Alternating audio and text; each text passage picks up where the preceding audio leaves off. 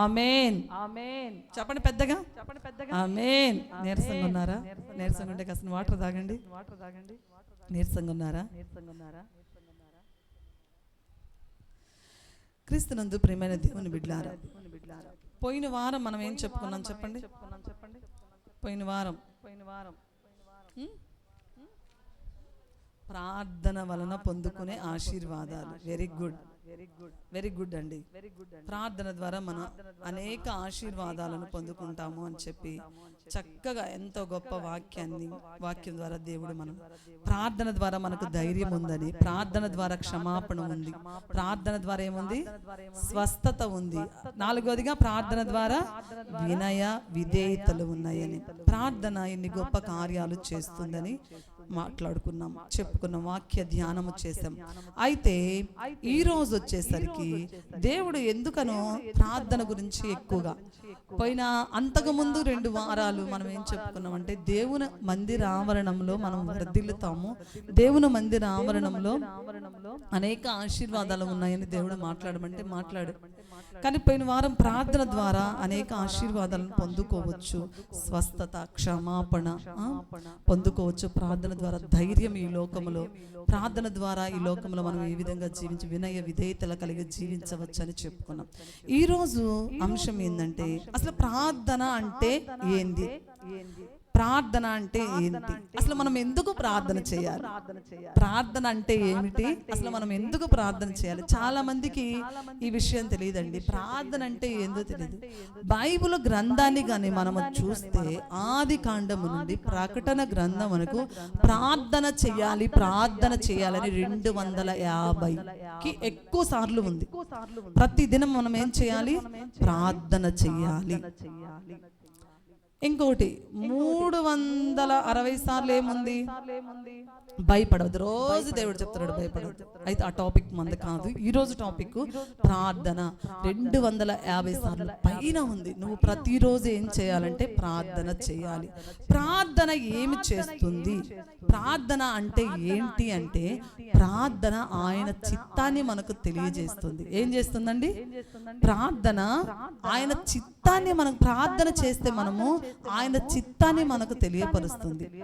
అదే విధంగా ప్రార్థన అంటే మన భారాన్ని యేసయ్యతో పంచుకోవడం. మూడోదిగా ప్రార్థన రాసుకోండి, ప్రార్థన అంటే దేవుని చిత్తాన్ని తెలుసుకోవడం. ప్రార్థన అంటే మన భారాన్ని యేసయ్యతో పంచుకోవడం. మూడోదిగా ప్రార్థన అంటే ఉగ్రత నుండి తప్పించుకోవడం. నాలుగోదిగా ప్రార్థన అంటే యేసయ్యకు సమీపముగా జీవించడం. అవునా కదండి? ప్రార్థించినప్పుడు మనం ఏం చేస్తాము? యేసయ్యకు సమీపముగా జీవిస్తాము. ప్రార్థన అదేవిధంగా మన ప్రార్థన సింహాసనాన్ని, యేసయ్య కూర్చున్న సింహాసనాన్ని కదిలించేటట్లు చేస్తుంది ప్రార్థన. ఆరోదిగా ప్రార్థన దైవికంగా ఎదగడానికి మనకు ఉపయోగపడుతుంది. ప్రార్థన దేవుని చిత్తాన్ని తెలియపరుస్తుంది.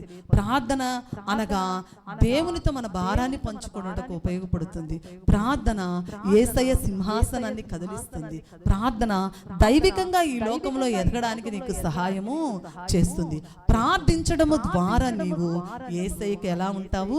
సమీపముగా ఉంటావని దేవుని వాక్య భాగము సెలవిస్తూ ఉంది. ప్రియమైన దేవుని బిడ్డలారా, అసలు మనం ఎందుకు ప్రార్థన చేయాలి? Why should we pray to God? అసలు మనం ఎందుకు ప్రార్థన చేయాలి? ప్రార్థన ఎందుకు చేయాలి? ఒక 5 విషయాలు నేను ధ్యానం చేస్తాను. రాసుకోవడానికి అయితే 10 రాసుకొని వచ్చాను, కానీ మీలో ఉన్న ఆసక్తిని బట్టి నేను 5 చెప్తాను. ఈరోజు 5 విషయాలు ధ్యానం చేద్దాం. అసలు ఎందుకు మనం ప్రార్థన చేయాలి?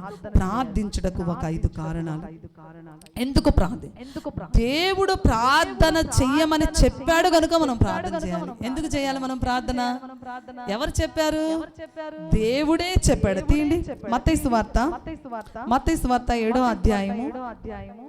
మత్తయి సువార్త 7వ అధ్యాయము 7వ వచనం చదవండి అమ్మా. మత్తయి సువార్త 7వ అధ్యాయము 7వ వచనం. అడుగుడి మీకు ఇయ్యబడును, వెదకుడి మీకు దొరుకును. ఎవరు చెప్పారు ఈ మాట? యేసయ్య చెప్పాడు. అడుగుడి మీకు ఇయ్యబడును, వెదకుడి మీకు దొరుకును. దేవుడే ప్రార్థన చేయమని చెప్పాడు. ప్రార్థన చేయకుండా దేవుడు ఇచ్చు ఏ ఆశీర్వాదాన్ని నీవు పొందుకోలేవు. అందుకనే దేవుడు అంటున్నాడు, అడుగుడి మీకు ఇయ్యబడును, వెదకుడి మీకు దొరుకును. అడుగు ప్రతివానికి ఆయన ఇస్తాడు. ఈ రోజు నువ్వు ప్రార్థించడం లేదు కనుక నీ జీవితంలో, నీ కుటుంబంలో ఏ ఆశీర్వాదాన్ని నువ్వు పొందుకోలేకపోతున్నావు.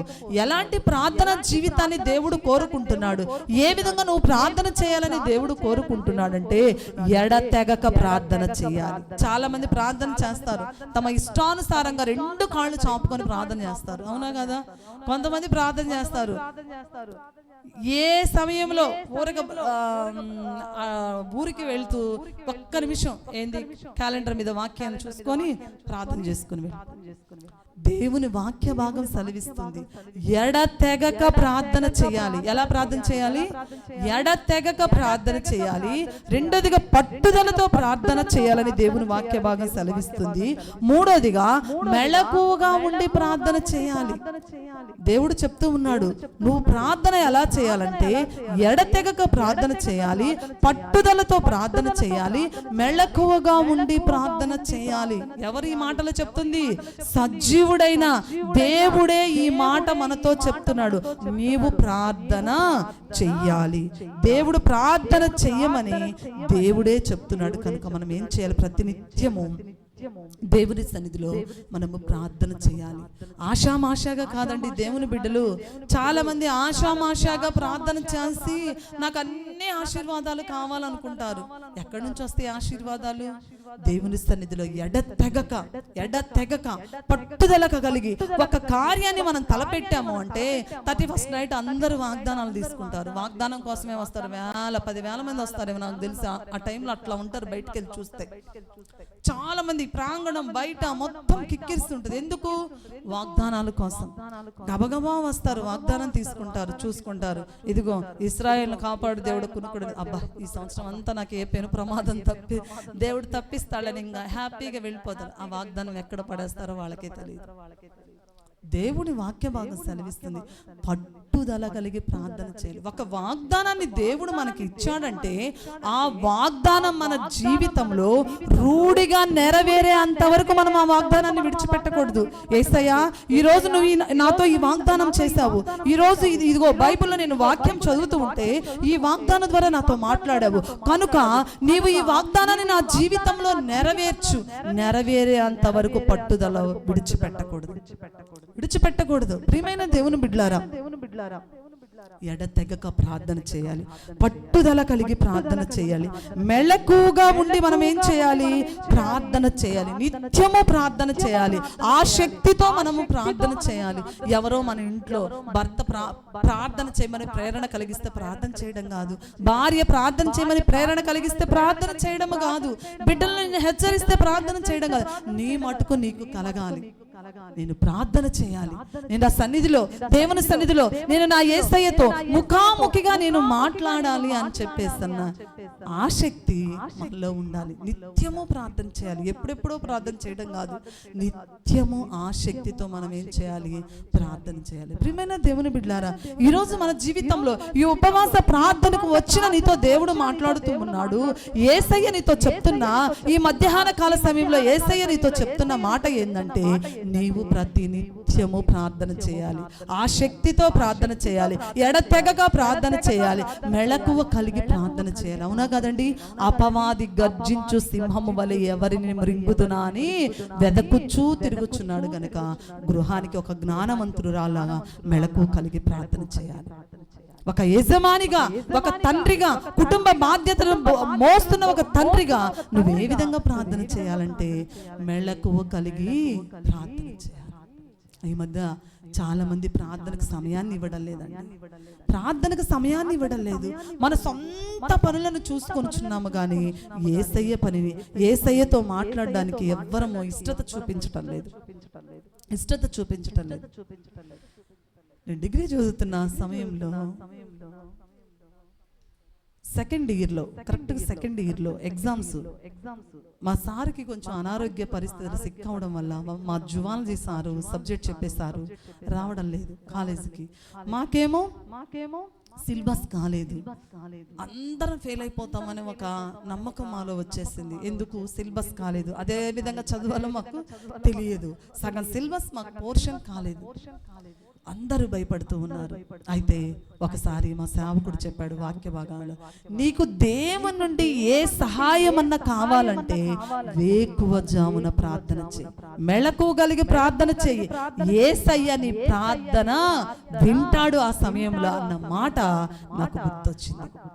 నేను వెంటనే ప్రతిరోజు 2కు లెగవడం ప్రార్థన చేసుకోవడం, యేసయ్య నీవే నాకు జ్ఞానాన్ని నింపు, ఫెయిల్ అయితే నీ నామానికి ఎంత అవమానము. అప్పటికే అందరు అంటారు, ఓ ఆడ ప్రార్థన అంటే ఆమె ఏమో పరిగెడుతూ ఉంటుంది భక్తి పర్రాలని నా మీద అప్పటికే అంటూ ఉంటారు. కాలేజీలో ఎక్కడ చూసినా వచ్చేసిందమ్మా, ఇంకా లెగిస్తే ప్రార్థన అంటది, ప్రతిదానికి ప్రార్థన అంటది. ఎగ్జామ్కి పోయేటప్పుడు కూడా మా టీంని వేసుకొని ప్రార్థన చేసుకుని హాల్లోకి పోయేది. ఇంకా అట్లా అంటారు, నీ నామానికి నేను ఎక్కడ అవమానం తేకూడదు, నాకు నీ తెలివినివ్వయ్యా, నేను ఈ సబ్జెక్ట్లో ఫెయిల్ కాకూడదు, ఈ సబ్జెక్ట్లో నేను ఫెయిల్ కాకూడదు అని చెప్పేసి ప్రతిరోజు వేకువజామున అనగా ప్రతిరోజు 2 గంటలకు మోకాళ్ళుని కన్నీటితో దేవుని సన్నిధిలో ప్రార్థన చేశారు. ప్రతిరోజు రిజల్ట్స్ వచ్చేంత వరకు అందరూ అన్నారు, నేను బాగా రాయలేదు, నేను బాగా రాశానని చెప్పలేదు, బాగా రాయలేదు అని చెప్పలేదు. దేవుని నామం, ఆయన ఏ ఆలోచన ఇస్తే అది రాసి వచ్చాను అని చెప్పేస్తాను. ప్రియమైన దేవుని బిడ్డలారా, నేను చేసిన మెళకువగలిగిన ప్రార్థన ఆ సబ్జెక్ట్లో, ఆ జువాలజీ సబ్జెక్ట్లో 70 మార్కులకు నాకు 68 మార్కులు వచ్చినాయి. ఎవ్వరు పాస్ కాల ఆ సబ్జెక్టు, అందరూ ఫెయిల్ అయ్యారు, కాలేజీ మొత్తం ఫెయిల్ అయ్యారు. ప్రియమైన దేవుని బిడ్డలారా, ఆయన ప్రార్థనను నిర్లక్ష్యము చేయడు, ఆయన మెళకువగలిగి చేసిన ప్రార్థన నిర్లక్ష్యం చేయడు. నీవు ఉదయమున వేకువన జామున ప్రార్థన చేసి చూడు, ఒక సమస్య కోసం దేవుడు ఆ సమస్య నుండి నిన్ను గట్టెక్కిస్తాడు. ఇక్కడ యేసయ్య చెప్తూ ఉన్నాడు, ప్రార్థన చెయ్యమని చెప్పాడు, యేసయ్యే ప్రార్థన చేయమని చెప్పాడు. ఎలా ప్రార్థన చేయాలి? ఎడతెగక ప్రార్థన చేయాలి, పట్టుదల కలిగి ప్రార్థన చేయాలి, కార్యం జరిగేంత వరకు నువ్వు యేసయ్య పాదాలను విడిచిపెట్టకుండా పట్టుదల కలిగి ప్రార్థన చేయాలి. మూడోదిగా మెళకువ కలిగి ప్రార్థన చేయాలి. విశ్వాసముతో ఆసక్తితో మనం ప్రార్థన చేస్తే దేవుడు మన ప్రార్థనను వింటాడు. రెండోదిగా ఎవరు చెప్పారు మనకు ప్రార్థన చేయమని? దేవుడే చెప్పాడు ప్రార్థన చేయమని. రెండోదిగా చూడండి, మార్కు సువార్త 1వ అధ్యాయం 35వ వచనం చూడండి. మార్కు సువార్త 1వ అధ్యాయం 35వ వచనం.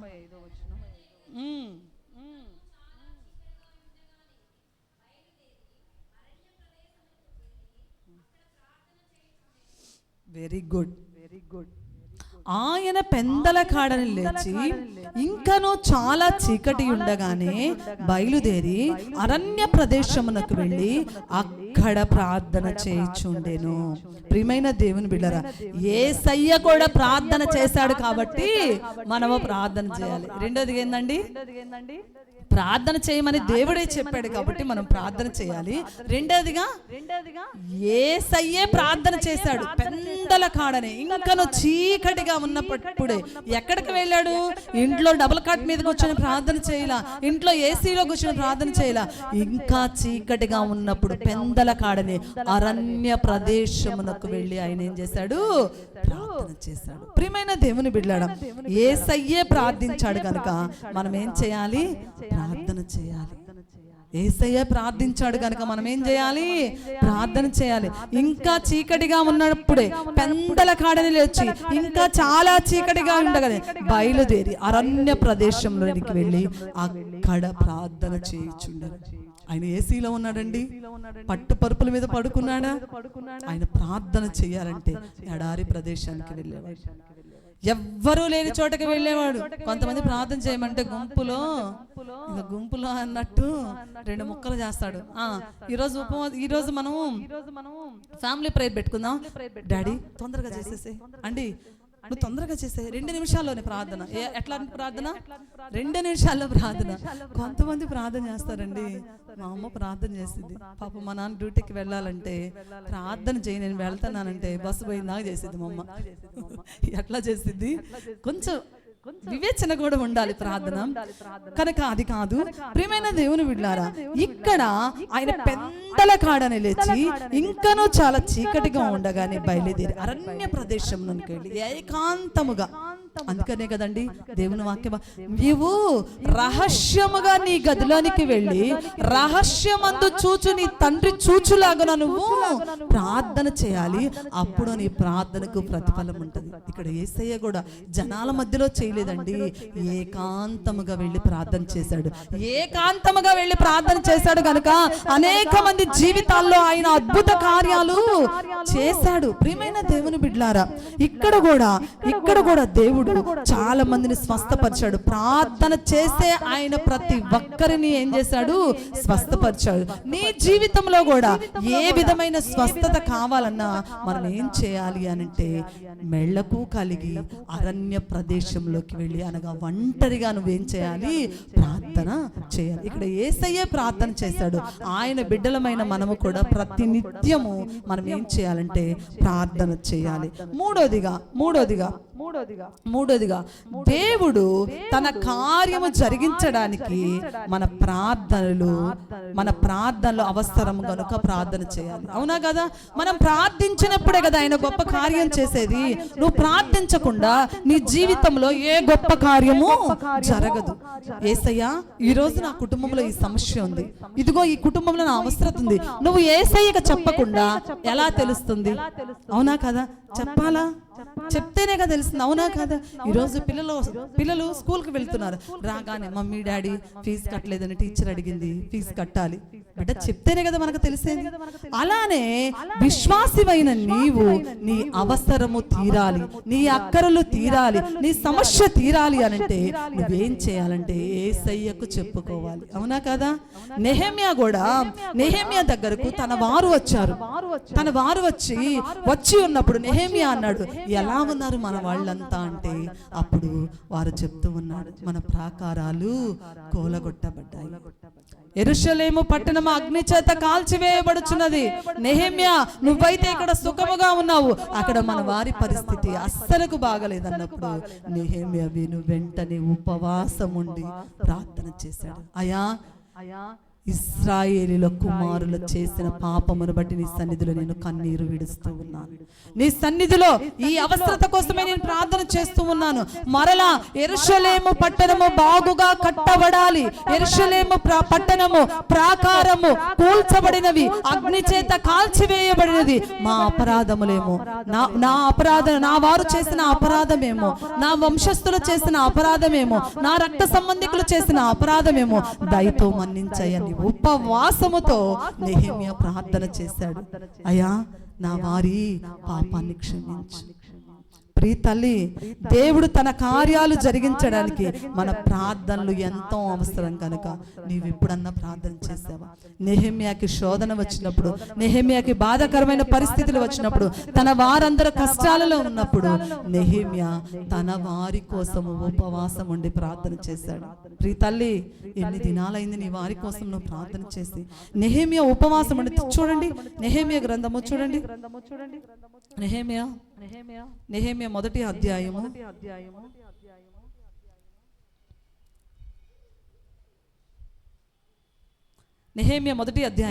4వ వచనం చదవండి. ఈ మాటలు ఎవరు? నెహెమ్యా వినినప్పుడు నేను నెహెమ్యా కూర్చుండి ఏడ్చి కొన్ని దినములు దుఃఖముతో ఉపవాసం ఉండి. 3వ వచనం కూడా చదువుతాం. 1వ అధ్యాయం 3వ వచనం. వారు చెరపట్టబడిన వారిలో శేషించిన వారు ఆ దేశంలో బహుగా శ్రమను నిందను పొందుచున్నారు. మరియు యెరూషలేము యొక్క ప్రాకారములు పడదోయబడినది, దాని గుమ్మములు అగ్ని చేత కాల్చబడినవని నాతో చెప్పిరి. ఈ మాటలు వినినప్పుడు నేను కూర్చుండి ఏడ్చి కొన్ని దినములు దుఃఖముతో ఉపవాసముండి ఆకాశమందలి దేవుని ఎదుట విజ్ఞాపన చేసి తిని. ప్రియమైన దేవుని బిడ్డలారా 6వ వచనం, నీ చెవి ఎగ్గి నీ నేత్రములు తెరచి నీ సన్నిధిని దివారాత్రము నీ దాసులైన ఇశ్రాయేలు పక్షముగా నేను చేయు ప్రార్థన అంగీకరించము. నీకు విరోధముగా పాపము చేసిన ఇశ్రాయేలు కుమారుల దోషమును నేను ఒప్పుకొను. నేనును నా తండ్రి ఇంటి వారును పాపము చేసి. ప్రియమైన దేవుని బిడ్డలారా, యెరూషలేము ప్రాకారము పడగొట్టబడ్డప్పుడు అగ్ని చేత యెరూషలేము పట్టణం కాల్చివేయబడిన నెహెమ్యా ఉపవాసం ఉండి ప్రార్థన. నీ అవసరత తీరాలంటే, నెహెమ్యా అవసరత తీరేంత వరకు దేవుని సన్నిధిని విడిచిపెట్టలేదు. మరలా ప్రాకారము కట్టబడినది, ప్రాకారము కట్టాడు నెహెమ్యా. ప్రియమైన దేవుని బిడ్డలారా, మనము కూడా ఏం చేయాలంటే దేవుని సన్నిధిలో మన అవసరత చెప్పుకోవాలి. అవసరం తీరేంత వరకు మనం ప్రార్థనను విడిచిపెట్టకూడదు. నీకు దేవుడు ఆ కార్యం చేసిన తర్వాత కూడా ఆయన్ని ఎప్పటికని విడిచిపెట్టకూడదు. చాలా మంది సమస్య ఉన్నప్పుడు దేవుని సన్నిధికి వస్తాము, కానీ సమస్య తీరిన తర్వాత దేవుని సన్నిధికి రావడమే మర్చిపోతాం. నా దేవుడు నా జీవితంలో ఈ మేలు చేయాలని ఆశపడతాము. దేవుడు నీ ఆశను తీరుస్తాడు. తరువాత నీవు ఆయన మందిరానికి రావడమే మర్చిపోతున్నావు. ఇక్కడ నెహెమ్యా తన వారు శోధనలో బాధలో ఉన్నప్పుడు నెహెమ్యా ఉపవాసం ఉండి ప్రార్థన చేసి దేవుని యొక్క గొప్ప ఆశీర్వాదాన్ని పొందుకున్నాడు. ప్రియమైన దేవుని బిడ్డలారా, దేవుడు తన కార్యము జరిగించడానికి మన ప్రార్థనలు ఎంతో అవసరం. మన అవసరతలో మనం ఏం చేయాలి? దేవుణ్ణి ప్రార్థన చేయాలి. అప్పుడు నీ అవసరతను దేవుడు తీరుస్తాడు. చాలా సార్లు అండి మనము కష్టాలు వచ్చినప్పుడు, కన్నీటి శ్రమలు వచ్చినప్పుడు దేవుని సన్నిధికి వచ్చి ప్రార్థించకుండా మనం ఏం చేస్తామంటే ఇతరులకు చెప్పుకుంటూ ఉంటాం. అవునా కాదా? ఇతరులకు చెప్పుకుంటే మన అవసరత తీరిద్దండి? తీరదు. యేసయ్యకు చెప్పుకో. జీవ ప్రదాత అయిన శూన్యంలో సృష్టిని సృష్టించిన సృష్టికర్తకు మన అవసరత అంతా చెప్పుకుంటే ఆయన నీ సమస్యనంతటిని, నీ సమస్యల నుండి నీకు ఆయన ఏం చేస్తాడు? విడుదల కలిగిస్తాడు. హామాను ఒక శాసనాన్ని సంతకము రాజు చేత సంతకం చేయించాడు. ఒకే రోజులో యూదా జాతిని అంతటిని నాశనము చేయాలని ఒక శాసనాన్ని పుట్టించినప్పుడు భక్తి కలిగిన ఎస్తేరు, భక్తి కలిగిన మొర్దెకై ఏం చేశారు? ఉపవాసం ఉండి ప్రార్థన చేశాడు. ఉపవాసం, అవసరత. నీకు అవసరత ఉన్నప్పుడు వేయి మోకాళ్ళు దేవుని సన్నిధిలో రోధించి ప్రార్థన చేయి. చేతులు నిలువబెట్టి నీ ఆకాశం వైపు నీ చేతులు ఎత్తి, ఆకాశం తట్టు నీ కనులు ఎత్తి, నీ మనోనేత్రాలు ఎత్తి దేవుని సన్నిధిలో ప్రార్థించినప్పుడు నువ్వు పొందుకోలేని ఆశీర్వాదం ఏదీనూ ఉండదు. అవసర కష్టకాలంలో, శ్రమ అనుభవంలో, అవసరతలో ఎస్తేరు మొర్దెకై దేవుని పాదాలు పట్టుకున్నారు. ప్రియమైన దేవుని బిడ్డలారా, అవసరం వచ్చినప్పుడు దేవుని సన్నిధిలో నువ్వేం చేయాలి? ప్రార్థన చేయాలి. ప్రార్థన. తల్లిదండ్రులుగా బిడ్డలకు ప్రార్థన అనుభవం ఏర్పడం లేదు. పిల్లోడు అన్నం తినాలంటే సెల్లిస్తే తింటాళ్లే అని చెప్పేసి నువ్వు నీ బిడ్డకు సెల్లిచ్చి కామ్గా ఉంటున్నావు. వాడు ఏడుస్తున్నాడంటే సెల్లిచ్చి కామ్గా ఉంటున్నావు. వాడు నీకు విసిగించకుండా ఉండడానికి నువ్వేం చేస్తున్నావు? సెల్లిచ్చి ఊరుకుంటున్నావు. వాడు దానిలో ఏం చూస్తున్నాడో ఒక తల్లిగా నువ్వు గమనించడం లేదు. అవునా కాదండి? ఇట్లాంటివి నేర్పిస్తున్నాము, కానీ నీవు అది భరించలేకుండా ఉన్నావు కాబట్టి సెల్లిస్తే సరిపోతుందిలే అనుకుని కాముగా ఉంటున్నావు. సెల్లిస్తున్న వాడు ఏడుస్తున్నాడు. వాడికి ఏదన్నా అవసరత వచ్చినప్పుడు ప్రార్థన చెయ్యని చెప్తున్నావా? ఏదైనా సమస్య వచ్చినప్పుడు మనం కుటుంబంగా ప్రార్థన చేయాలని ఒక తల్లిగా చెప్తున్నావా బిడ్డలకు? ఒక తండ్రిగా చెప్తున్నావా బిడ్డలకు? మనం ప్రార్థన చేయాలి. శ్రమ వచ్చినప్పుడు, అవసరత వచ్చినప్పుడు కుటుంబంగా మోకాళ్ళుని దేవుని సన్నిధిలో ప్రార్థన చేస్తే దేవుడు మన ప్రతి అవసరత తీరుస్తాడని తల్లిదండ్రులుగా మనం చెప్పడం లేదు. కనుక పిల్లలు మాట విననొల్లని పిల్లలుగా తయారయ్యారు. మాట వింటలేదు పిల్లలు. ఈ రోజు ఎలా అయ్యారంటే మనకే శత్రువులు అయ్యారు. అవునా కాదా? తల్లిదండ్రులుగా మనం ఏం చేయాలి? ప్రార్థన చేయాలి. ఒక కష్టం వచ్చినప్పుడు మనం మోకాళ్ళుని ప్రార్థన చేసినప్పుడు నీ బిడ్డలు కూడా నీ పక్కన వచ్చి ప్రార్థన చేస్తారు. ఇంకొక తరుణంలో వాళ్ళ జీవితంలో వాళ్ళు ఏదన్నా అవసరత, శ్రమ ఎదుర్కొంటున్నాడంటే వాళ్ళు మొదటగా దేవుని సన్నిధిలోకి వచ్చి ఆ సమస్యను చెప్పుకుని తల్లిదండ్రులుగా మనం నేర్పించాలి. ఇక్కడ ఎస్తేరు, మొర్దెకై శ్రమ వచ్చినప్పుడు, హామాను ఒక శాసనాన్ని పుట్టించినప్పుడు, ఒక రాజు చేత సంతకం చేయించినప్పుడు చేయించినప్పుడు వాళ్ళు రాజుకు చెప్పుకోలేదు, అధికారులకు చెప్పుకోలేదు. ఏం చేశారు? దేవునితో చెప్పుకున్నారు. ఉపవాసం అండి. ప్రియమైన దేవుని బిడ్డలారా, మన అవసరం తీరాలంటే మనం ఏం చేయాలి? ప్రార్థన చేయాలి. నాలుగోదిగా మనం ఎందుకు ప్రార్థన చేయాలంటే దేవునితో సహవాసము చేయుటకు ప్రార్థన చేయాలి. ఎవరితోనండి సహవాసం?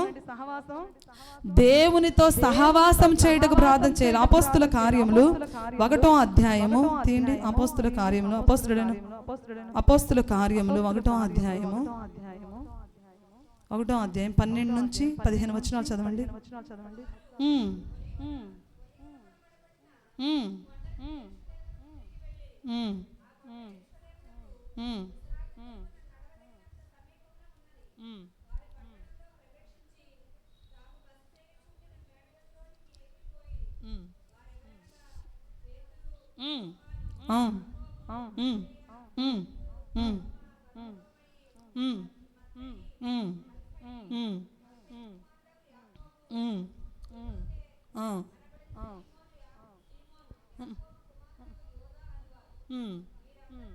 వీరందరూ వీరితో కూడా కొందరు స్త్రీలను యేసు తల్లి అయిన మరియయు ఆయన సహోదరులను ఏక మనస్సుతో ఎడతెగక ప్రార్థన చేయుచుండిరి. ఒక గొప్ప కార్యాన్ని మనం చవి చూడాలి అనంటే దేవునితో మనం ఏం చేయాలంటే సహవాసము చేయుటకు ప్రార్థన చేయాలి. ఇక్కడ వీరు యేసయ్య శిష్యులు, అదే విధంగా వీరితో పాటు వీరితో కూడా కొందరు స్త్రీలు యేసు తల్లి అయిన మరియయు ఆయన సహోదరులు ఏక మనస్సుతో ఎడతెగక ప్రార్థన చేయుచుండెను. దేవునితో మనం సహవాసము చేయాలంటే మనం ఏం చేయాలి? ప్రార్థనా జీవితాన్ని కలిగి ఉండాలి. యేసయ్యతో నువ్వు సహవాసము చేయాలంటే ప్రార్థనా జీవితాన్ని కలిగి ఉండాలి. నీ స్నేహితుడితో నువ్వు సహవాసం చేయాలంటే నీ దగ్గర డబ్బు ఉండాలి. నీ స్నేహితురాలితో నువ్వు సహవాసం చేయాలంటే నీ దగ్గర బంగారం ఉండాలి. కానీ ఈ లోకములో నువ్వు స్నేహం చేయాలంటే డబ్బు ఉండాలి, నీ స్నేహితులకు బంగారం ఉండాలి. కానీ యేసయ్యతో స్నేహం చేయడానికి నీ దగ్గర పవిత్రమైన హృదయం ఉంటే చాలు. అవునా కాదండి? అవునా కాదా? ఈ లోకంలో నీతో స్నేహం చేయాలంటే నీ స్టేటస్ ను చూసి నీతో స్నేహం చేస్తున్నారు. నీతో ఒక ఫంక్షన్ కు నిన్ను పిలవాలి అనంటే నీ దగ్గర ఆ స్టేటస్ ఉంటేనే పిలుస్తారు. కానీ యేసయ్యకు నీ స్థితిగతులు అవసరం లేదు, నీ స్టేటస్ అవసరం లేదు, నీ అందచందాలు అవసరం లేదు, నీ పేరు ప్రఖ్యాతులు యేసయ్యకు అవసరం లేదు. నీలో ఉన్న పరిశుద్ధ జీవితం యేసయ్యకు కావాలి. ప్రియమైన దేవుని బిడ్డలారా, మనము దేవునితో సహవాసము చేయుటకు మనం ఏం చేయాలి? ప్రార్థించాలి. ఎప్పుడు ఎప్పుడు ఎప్పుడు మనలో పరిశుద్ధమైన హృదయం ఉన్నప్పుడు ఆయనతో సహవాసం చేస్తాం. అవునా కదా అండి? ఈ లోక మాలిన్యంలో ఈ లోకంలో తిరుగుతూ ఉన్నంత కాలం నువ్వు దేవునితో సహవాసము చేయలేవు. ఇప్పటి వరకు లోకంతో సహవాసం చేస్తున్నావేమో, నీ స్నేహితులతో సహవాసం చేస్తున్నావేమో, నీ ఇరుగు పొరుగు వారితో సహవాసం చేస్తున్నావేమో, పేరు ప్రఖ్యాతుల కోసం పదవుల కోసం నువ్వు సహవాసం చేస్తున్నావేమో. నీ జీవితం ఆశీర్వాదకరంగా ఉండదు. యేసయ్యతో నువ్వు ఎప్పుడు సహవాసం చేస్తావంటే నీలో ప్రార్థనా జీవితాన్ని కలిగి ఉన్నప్పుడు. నువ్వు ప్రార్థనా జీవితాన్ని కలిగి ఉన్నప్పుడు దేవునితో సహవాసము చేయగలవు. దేవునితో మనం ఏం చేయాలంటే సహవాసము చేయడానికి మనం ఏం చేయాలి? ప్రార్థన చేయాలి. యేసయ్యా, ఇన్ని రోజులు లోకం కోసం పరిగెత్తాను, లోకంతోనే సహవాసము చేశాను, ఆ ఫ్రెండ్ను నమ్ముకున్నాను, ఈ ఫ్రెండ్ను నమ్ముకున్నాను, ఆ రక్త సంబంధికులు నమ్ముకున్నాను, ఈ రక్త సంబంధికులు నమ్ముకున్నారు, కానీ ఎవ్వరు నమ్మదగిన వారు కాదు. యేసయ్యా, ఇదిగో ఉపవాస ప్రార్థనలో ప్రార్థన చేస్తున్నాను. ఎందుకు? నీ సహవాసము నాకు కావాలి. యేసయ్య సహవాసాన్ని కోరుకుంటున్నావా? ఎంత కాలమైంది యేసయ్య సహవాసాన్ని నువ్వు విడిచిపెట్టి? ఎంత కాలమైంది యేసయ్య సన్నిధిని నువ్వు విడిచిపెట్టి? ఎంత కాలమైంది యేసయ్యతో నువ్వు మాట్లాడి? ఉపవాస ప్రార్థనలో ఒక తీర్మానం తీసుకో. యేసయ్యా, నీతో నేను సహవాసము చేయాలి, నీతో నేను సహవాసము చేయాలి.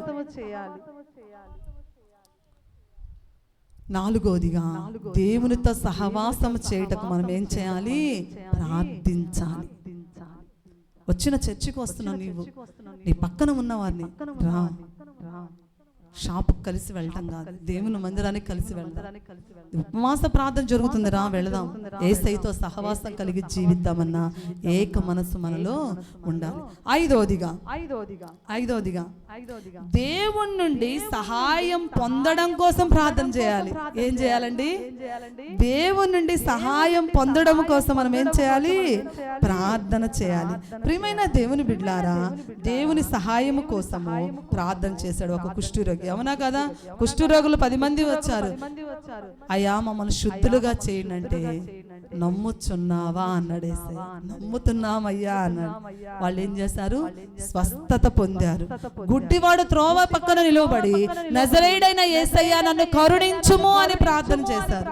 యేసయ్య ఏం చేశాడు? ఆగిపోయాడు. ప్రియమైన దేవుని బిడ్డలారా, సహాయాన్ని పొందుకున్నాడు. కనాను స్త్రీ తన బిడ్డ చావు బ్రతుకుల మధ్యలో ఉన్నప్పుడు యేసయ్య దగ్గరకు వచ్చి, నా బిడ్డను బ్రతికించు అని బ్రతిమలాడింది సహాయము కోసం. దేవుని నుండి సహాయము పొందడము కోసం మనం ఏం చేయాలంటే ప్రార్థన చేయాలి. సూరోఫెనికియా వంశానికి చెందిందంట ఈ కనాను స్త్రీ. రాజుల వంశానికి చెందిన ఆమె అయినప్పటికీ దేవుని దగ్గరకు వచ్చి ఒక కుక్క పిల్లలాగా ఆమె అడిగింది సహాయం. ప్రియమైన దేవుని బిడ్డలారా, ఆమెలో ఉన్న విశ్వాసాన్ని చూసి దేవుడు తన బిడ్డను స్వస్థపరిచాడు. ఈరోజు నీకే సహాయం కావాలి? దేవుని నుండి సహాయం పొందడానికి వచ్చావా? అందరు బైబిల్ మూసేసేయండి. దేవుని నుండి సహాయం కోసం వచ్చావా? కుష్టి వ్యాధిగ్రస్తుడు సహాయం పొందుకున్నాడు ప్రార్థన ద్వారా. కనాను స్త్రీ తన బిడ్డను బతికించుకుంది. యేసయ్య సహాయం కోసం వేడుకుంది, ప్రార్థన చేసింది. ప్రియమైన దేవుని బిడ్డలారా, మనము కూడా పుట్టుగుడ్డివాడు సహాయం కోసము ప్రార్థన చేశాడు, అర్జించాడు. ఈరోజు నువ్వు ఏ సహాయం కోసం వచ్చావు? నీకు సహాయం కావాలంటే ప్రార్థన చేయి. అందరం మోకాళ్ళ నుండి ప్రార్థన చేసుకుందాం. అందరం మోకాళ్ళ నుండి ప్రార్థన అంటే ఏందో తెలుసుకున్నాం. ఎందుకు ప్రార్థన చేయాలి? దేవుడు చెయ్యమన్నాడు కాబట్టి మనం ప్రార్థన చేయాలి. ఎందుకు ప్రార్థన చేయాలి? యేసయ్య చేశాడు కాబట్టి ప్రార్థన చేయాలి. ఎందుకు ప్రార్థన చేయాలి? యేసయ్య గొప్ప కార్యాలు జరిగించడానికి, మన జీవితంలో జరగడానికి మనము ప్రార్థన చేయాలి. దేవునితో సహవాసము చేయుటకు ప్రార్థన చేయాలి. యేసయ్య నుండి సహాయము పొందడం కోసం మనం ఏం చేయాలి? ప్రార్థన చేయాలి. మనుషుల వైపు చూడద్దు ప్రియ తల్లి. నీ కష్టకాలంలో, నీ కన్నీటి బాధల్లో నువ్వు మనుషుల వైపు చూడద్దు. నీకు సహాయము కావాలా? సహాయము కావాలా? యేసయ్య నాకు సహాయము కావాలి, నీ నుండి నాకు సహాయము కావాలి.